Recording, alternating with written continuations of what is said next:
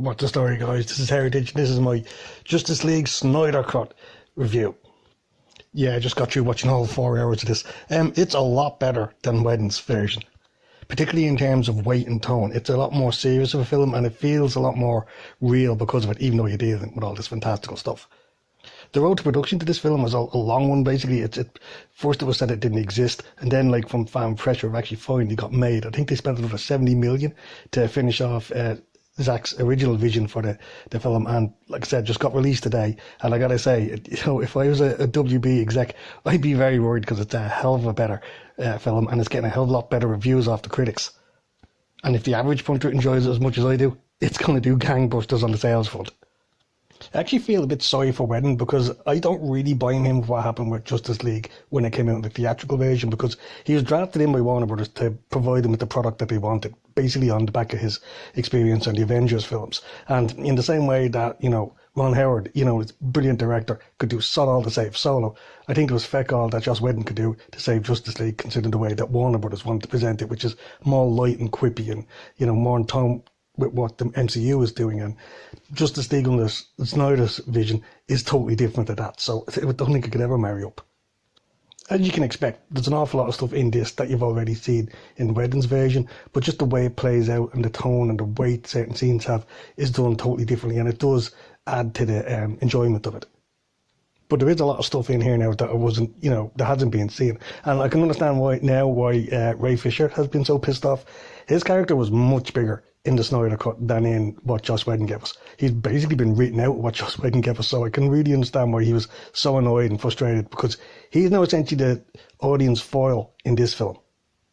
I've been reading articles where they're saying that he's meant to be the heart and soul in the film, and I wouldn't go that far, but I mean, it's definitely in there. Certainly his story arc is probably the most superheroic in terms of dealing with the grief and pain and hurt that he's had in becoming Cyborg and becoming a hero, basically, becoming somebody who's willing to sacrifice himself for the planet.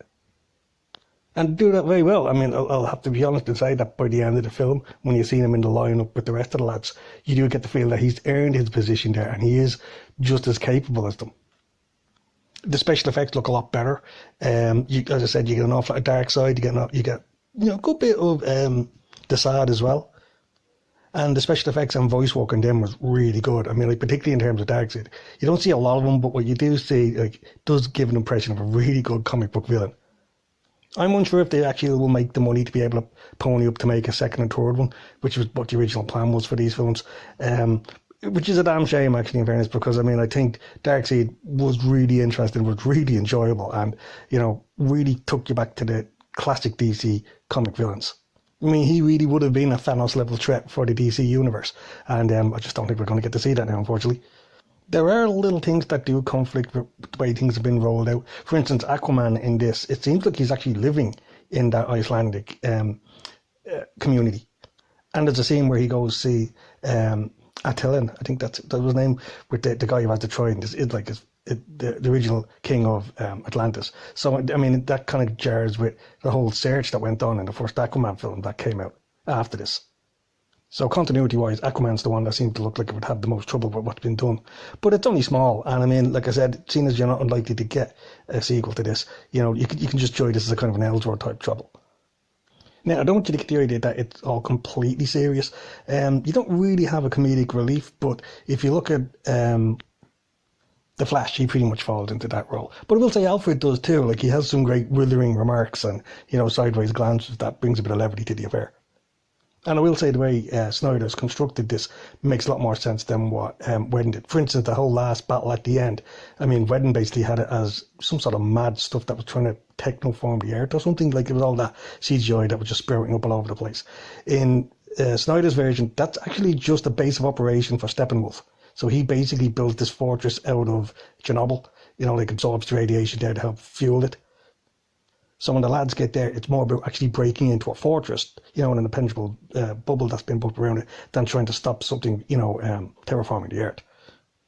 I mean, for instance, there's no sign of that Russian family that Whedon introduced in his version. I will say one of the things that did kind of wouldn't say annoy me, but did kind of distract me. But the musical choices in this are a little bit strange. He loves that Leonard Cohen stuff. So I mean, there's an awful lot of really slow, ponderous type music at times, and that just sends me to the land of nod. And some of the dramatic score, it just didn't seem, I don't know, on cue or anything. It's like they tried deliberately to do something different, but these are just minor quibbles. Like all in all, it does a perfectly good job in, entertaining you. So, would I advise watching it? Yep, definitely check it out. If you like Justice League, you're going to love this because it takes a lot more seriously. The action is done a lot better. As I said, the tone and weight of the film feels a lot more focused. I mean, the film itself does feel like it's got a good gravity to it. I think the story works a lot better with Snyder's original vision for it.